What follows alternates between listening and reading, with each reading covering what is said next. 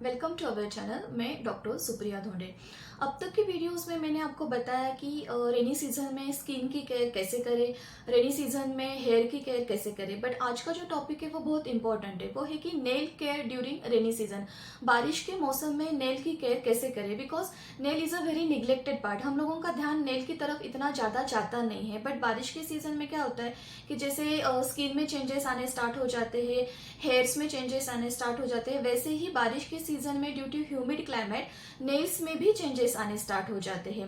Nails में ज़्यादातर fungal infection के चांसेस बहुत ज़्यादा रेनी सीजन्स में बढ़ते हैं। हम लोग डेली 4 to 5 केसेस नेल के इन्फेक्शन के ही देखते हैं, जिसको हम लोग ओनाइकोमाइकोसिस कहते हैं। और नेल बेड्स में भी इन्फेक्शन होना स्टार्ट हो जाता है। This we call it it's a पैरानोइकिया।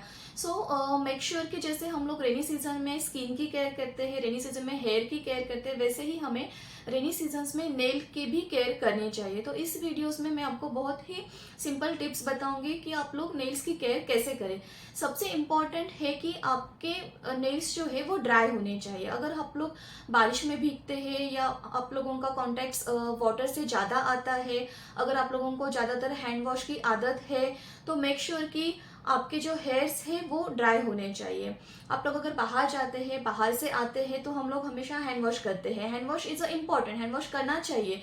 But make sure कि हैंड वॉश के बाद आपके जो नेल्स है वो ड्राई होने चाहिए। क्योंकि अगर आपके नेल्स गीले रहते हैं तो ऑलरेडी ह्यूमिड क्लाइमेट है, तो वहां पे नेल इन्फेक्शन के चांसेस, फंगल इन्फेक्शन के जो चांसेस होते हैं वो ज़्यादातर नेल बढ़ते हैं बारिश के सीजन में।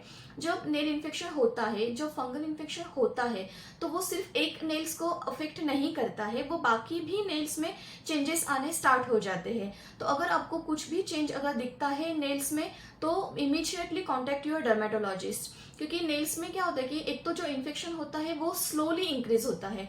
बट अगर आप नेल्स में अगर फर्स्ट टाइम अगर आपको कुछ चेंजेस दिखते हैं, अगर आप लोग वहां पे ही अगर ट्रीटमेंट लेते हैं, तो बाकी के जो नेल्स है वो सेफ हो जाते हैं, वहां पे फंगल इन्फेक्शन बढ़ता नहीं है। बट अगर आप लोग निग्लेक्ट करते हैं तो बाकी भी नेल्स उसके साथ अफेक्ट होना स्टार्ट हो जाता है। तो मेक श्योर कि आपके जो नेल्स है वो ड्राई होने चाहिए। That is one thing. Second की nail cutting, that is very important. क्या होता है कि हम लोग बहुत बार की हम लोगों का उतना केयर होता नहीं है। तो नेल कटिंग में क्या होना चाहिए कि जो आप लोग नेल्स कट करते हैं वो प्रॉपर शेप में कट होना चाहिए। नेल्स कटिंग जो करना है वो स्ट्रेट फॉर्म में नेल कटिंग होना चाहिए। राउंडेड फॉर्म में आप नेल कट मत कीजिए, और जो टिप्स होता है वहां तक ज्यादातर आप नेल कटिंग मत कीजिए, because that is a entry point. वहां पे ज्यादा बैक्टीरियल इन्फेक्शन के चांसेस ज्यादा बढ़ते हैं, नेल बेड इन्फेक्शन के चांसेस ज्यादा बढ़ते हैं। तो मेक श्योर जो आप नेल कट करते हैं वो स्ट्रेट फॉर्म में नेल कटिंग कीजिए। That is very important. जो थर्ड होता है, जैसे कि हम लोग स्किन के लिए मॉइस्चराइजर रिकमेंड करते हैं, हेयर्स के लिए मॉइस्चराइजर रिकमेंड करते हैं। हम लोग बताते हैं कि अगर आपके हेयर्स ड्राई है तो आप हेयर मॉइस्चराइजर यूज कीजिए। वैसे ही अगर आपके नेल्स में चेंजेस आते हैं तो आपको मॉइस्चराइजर नेल्स को भी लगाना है।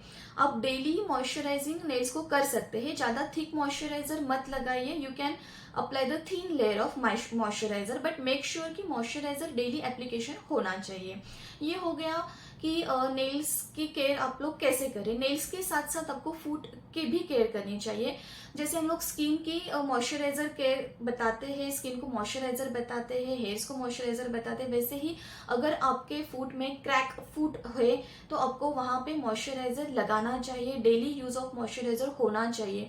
बट फूट के जो मॉइस्चराइजर आते हैं वो अलग टाइप के होते हैं, वो आप लोग डर्मेटोलॉजिस्ट को कॉन्टेक्ट करके वो आप लोग उनसे ट्रीटमेंट लेके फूट का केयर आप कर सकते हैं। क्योंकि फूट में अगर क्रैक्स हैं तो बैक्टीरियल इन्फेक्शन वहां पे ज्यादा बढ़ते हैं, फंगल इन्फेक्शन वहां पे ज्यादा बढ़ते हैं। क्योंकि क्रैक्स में क्या होता है कि that is a entry point होता है। ऑलरेडी जो फूट की स्किन होती है वो डैमेज होता है, तो अगर वहां पे अगर आप लोग केयर नहीं करते हैं तो वहां पे इन्फेक्शन के चांसेस ज्यादा होते हैं। तो मेक श्योर कि आपको फूट क्रीम भी डेली लगानी है। सबसे इंपॉर्टेंट होता है कि इन बिटवीन टोज, फूट के जो इन बिटवीन टोज है वहां पे फंगल इन्फेक्शन के चांसेस बढ़ते हैं। हम लोग उसको एथलेस फूड्स कहते हैं। तो वहां पे क्या होता है कि ह्यूमिड क्लाइमेट की वजह से वहां पे इन्फेक्शन ज्यादा बढ़ता है। तो आपको डेली एंटी फंगल पाउडर वहां पे यूज करना चाहिए। अगर आप लोग फूड को अगर मॉइस्चराइजर लगाते हैं तो अवॉइड मॉइस्चराइजिंग इन बिटवीन टोज, वहां पे ज्यादा मॉइस्चराइजर मत लगाइए। अगर आप लोग ज्यादा मॉइस्चराइजर लगाते हैं, बिकॉज ऑफ ह्यूमिड क्लाइमेट वहां पे ज्यादा वेट रहता है और वहां पे फंगल इन्फेक्शन के चांसेस ज्यादा बढ़ते हैं।